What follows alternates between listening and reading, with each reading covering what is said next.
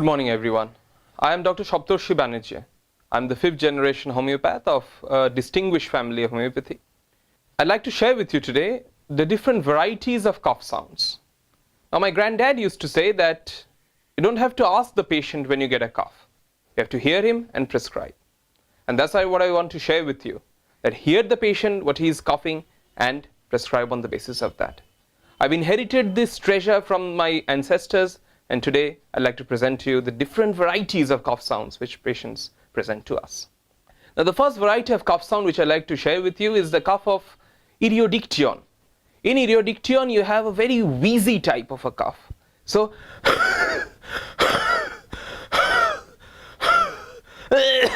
and they bring out the expectoration. So, in iriodiction, the wheeze is relieved by expectoration. So, I'll repeat again. Better by expectoration. Similar type of wheeze you'll find antimars, Antimonium arsenicosum, where you have the wheeze and especially suitable for old age. Where it's very old age and there's a lot of wheeze and there's a lot of mucus. Why mucus? Because you have the antime component in that.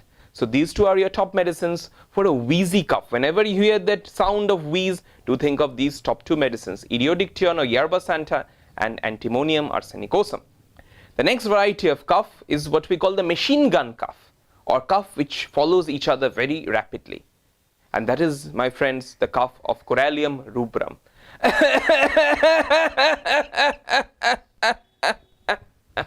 You see, the paroxysms are following each other so much.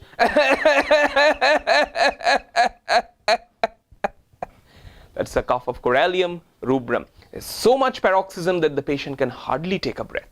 That is Corallium rubrum. The next cough, my friends, is the cough of Drosera, where you have the similar type of paroxysmal cough, but it's more on lying down. But there is a tickling in the larynx along with that cough, and it is worse on lying down. So Corallium and Drosera both have got that paroxysmal cough, but the violence is more of Corallium. So you can hear the violence in Corallium. The next cough is a more milder cough, and that is the cough of Rumex, where you have a tickling in the larynx, and that precedes the cough, or that accompanies the cough.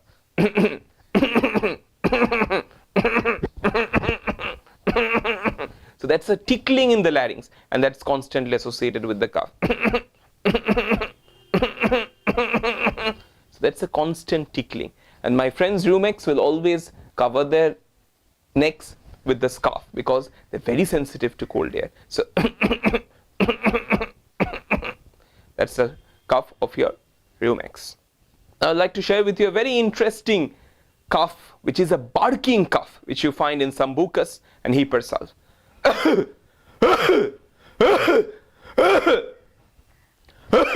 So that's, you see, the barking nature of the cough, and that you have in Hipper and Sambucus. How to differentiate?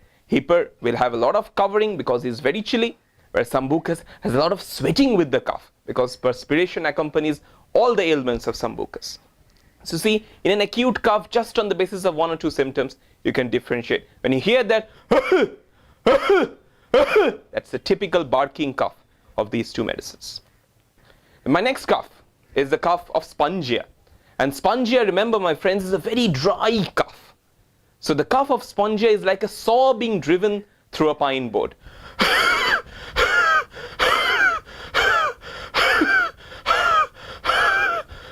So the sound which you get when a saw is driven through a pine board, it's absolutely devoid of any moisture. So it's absolutely dry. And the